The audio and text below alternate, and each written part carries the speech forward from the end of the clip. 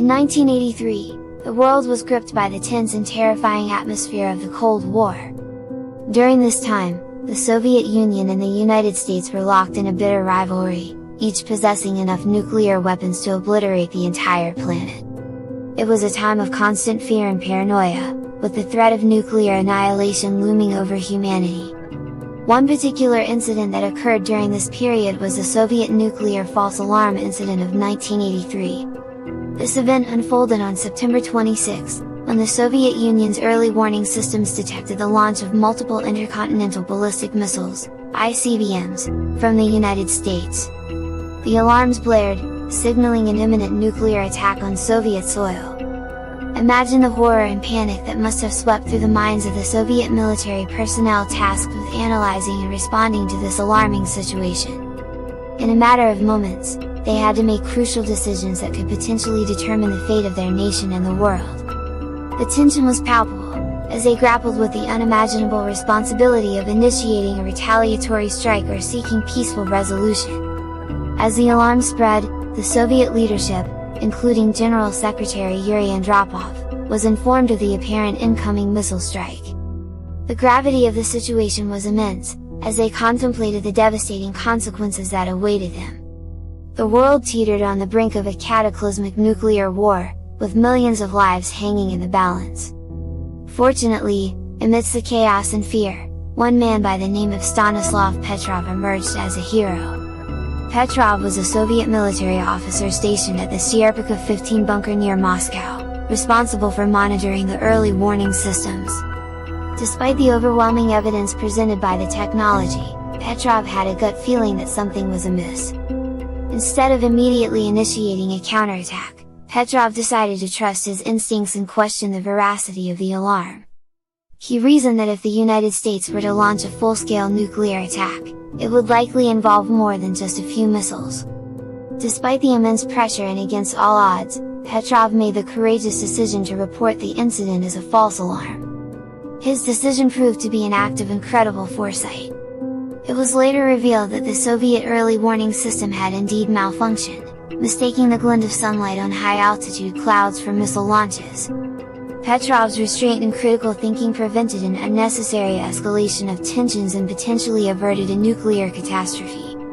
The 1983 Soviet nuclear false alarm incident serves as a chilling reminder of the dangers inherent in the possession of nuclear weapons.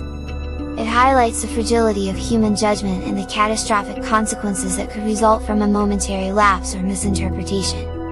The incident underscores the urgent need for international cooperation and disarmament efforts to ensure that such a terrifying event never occurs again. Though the incident had a relatively peaceful outcome, it left an indelible mark on the collective consciousness of humanity. It serves as a haunting reminder of the perpetual specter of nuclear warfare and the inherent risks we face in a world teetering on the edge of destruction. Some lesser-known facts related to the 1983 Soviet nuclear false alarm incident. 1. The false alarm occurred due to a combination of technical glitches and human error. The Soviet early warning system, known as the OKO system, relied on satellite surveillance to detect missile launches. In this particular incident, the system misinterpreted sunlight reflecting off high-altitude clouds as missile launches, leading to the false alarm. 2. Stanislav Petrov, the officer who made the critical decision to label the incident as a false alarm, was not initially praised or rewarded for his actions. In fact, his superiors reprimanded him for not following protocol. It was only years later, after the incident became public knowledge, that Petrov was recognized as a hero and credited with preventing a potential nuclear catastrophe. 3. The incident occurred during a particularly tense period of the Cold War. Just a few weeks prior, the Soviet Union had shot down a Korean Airlines flight, resulting in the deaths of all 269 passengers and crew on board. This incident had further heightened tensions between the Soviet Union and the United States, adding to the atmosphere of fear and mistrust. 4. The false alarm incident had a profound impact on Stanislav Petrov's life. Despite his heroic actions, he faced personal and professional struggles following the incident. Petrov retired from the military and lived a relatively obscure life, largely unknown to the public until the details of the incident emerged years later. 5. The incident served as a wake-up call for both the Soviet Union and the United States. It highlighted the inherent risks and dangers of relying on nuclear weapons as a means of deterrence.